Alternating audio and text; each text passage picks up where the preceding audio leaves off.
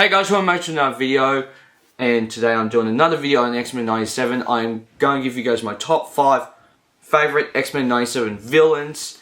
I'm going to give you guys my top 5, and we'll go from there. I am going to be doing a bunch more X-Men 97 videos covering it since the whole series is out now.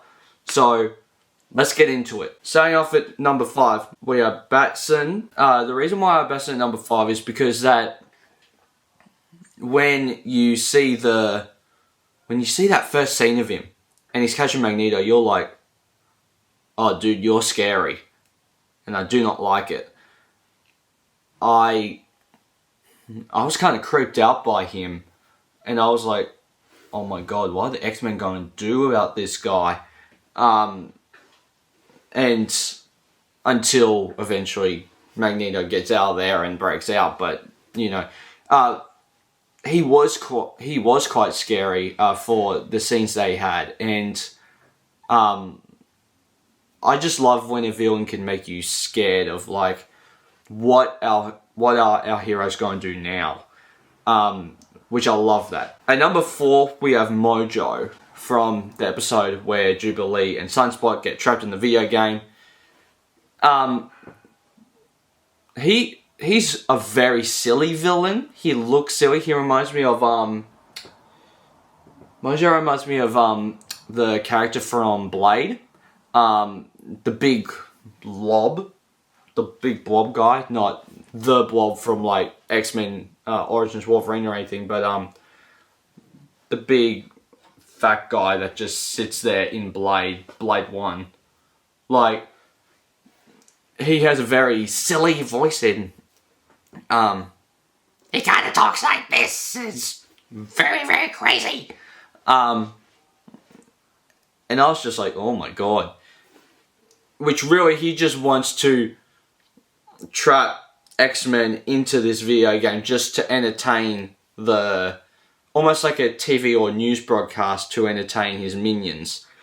Which I thought that was such an interesting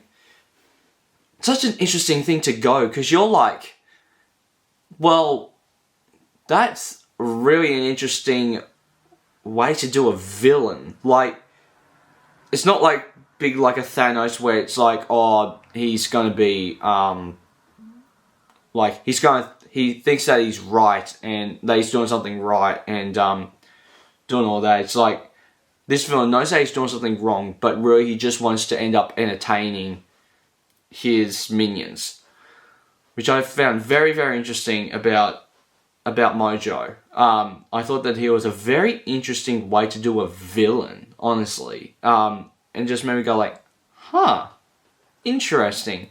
But no, I really liked him in this series, and I thought that he was very, very good. So yeah, no, I loved Mojo. I think he was a very interesting villain. At number 3 for me, we have Mr. Sinister, because the reason why I have Mr. Sinister at number 3 is because that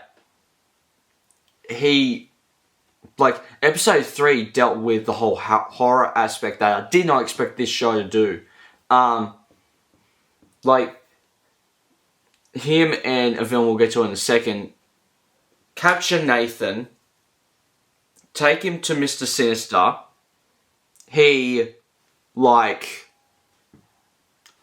gives Nathan the green mechanized parts of his body to end up being Cable, and you're just like, why the hell would you do that to a young baby? And it's like, I mean, I would be more kind of I would still be scared, but it would be more kind of less painful if he did to like a child or something. But doing it to a baby, that's just like, oh, that's gross. Why would you do that? Like, that's very bizarre to me. I thought that was such a... And like I said in my review, right? Like, I think the reason why they greenlit him as the villain for the X-Men movie, for the MCU, is because that, 1, he hasn't been done, and 2, he left such a great impression on this show, for the episodes that he was in, right? So, that kind of intrigues me. Do they do the whole Madeline Pryor storyline?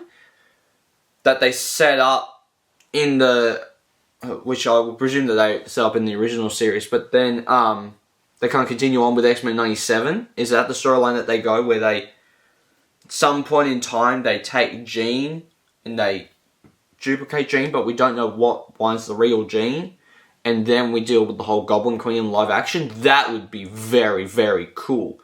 I would love to see that in a movie, and I would just love to see what they would do with that in a movie, because I just loved him in this show. Number 2 for me, of course, is Goblin Queen. Now, I think the reason why Goblin Queen is this high is because that I did not expect that reveal at the end of episode 2, where it's like you see Jean and the other Jean is just shocked, and you're just like, what? How are there 2 Jeans? And then when Beast is scanning the other Jean, and looking at her, going like, oh, this is the real Jean, and he's like, it seems like Jean has been cloned.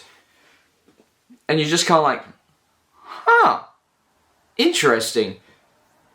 And like, then you have the whole thing of like, the whole trauma of like, what memories are Jean's, what memories are the Goblin Queen's, what, like, and the whole relationship drama with Scott, because he loves Jean, but he didn't realize that the Goblin Queen / Madelyne Pryor was Jean, and he was the one, she was the one that he had the baby with. So it's like, do I love Madelyne Pryor or do I love Jean? Because it's like, we don't know what point in time Jean was taken and cloned to be Madelyne Pryor that ended up becoming Goblin Queen. And I thought that that was such a cool way to do it. And I thought that her costume just made her look very, very sexy. And I thought that it was a way to make a character sexy but not make it too revealing, especially when you look at some of the comic, especially when you look at the comic outfit that she's wearing. I'm just like, huh? What? And it's like, that's too revealing for a kid's show, and even an adult show, because this is more of an adult show than it is a kid's show. But I was like, huh, interesting. But I just love the Goblin Queen aspect, and I just like how there's the whole trauma with Jean and Madelyne Pryor / Goblin Queen and Scott, and that whole love triangle that goes in through from episode 1 to that episode where, oh my god, they have that whole argument of, with Scott and Jean, of Madelyne, Jean and Scott, and that argument that they have, like, up until that point, I'm like, this is so interesting. Like, this is, what a interesting episode to go. Like, that is such a cool thing to do. And it's like, what can you do next? Like, villain-wise. And sure enough, they do top with some of them, but not a lot. But number 1 for me, of course, is Magneto. Magneto is the ultimate X-Men villain that is just so good in this show and in any form of X-Men. Magneto is the X-Men villain because you have that brother kind of rivalry of him and Charles Xavier, and what are they going to do, right? Of like how they believe the same thing, but they believe it in different ways.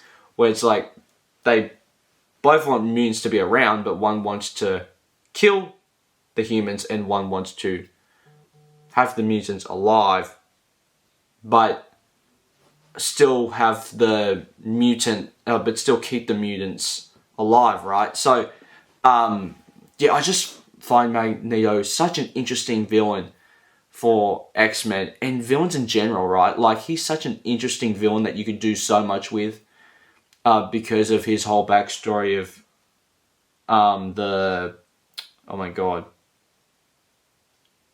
Holocaust and all that, and him getting his powers and that sort of stuff. Like, that is so interesting, and I'm just like, wow, I am intrigued by this villain. But no, that is my top 5 favourite villains of X-Men 97. So guys, please hit the like button down below if you haven't already. Subscribe. Also hit the little bell icon to get notified of future videos that I make. And I'll see you guys next time. Take care. Bye. Hey there. Subscribe to my channel. And also press this bell icon.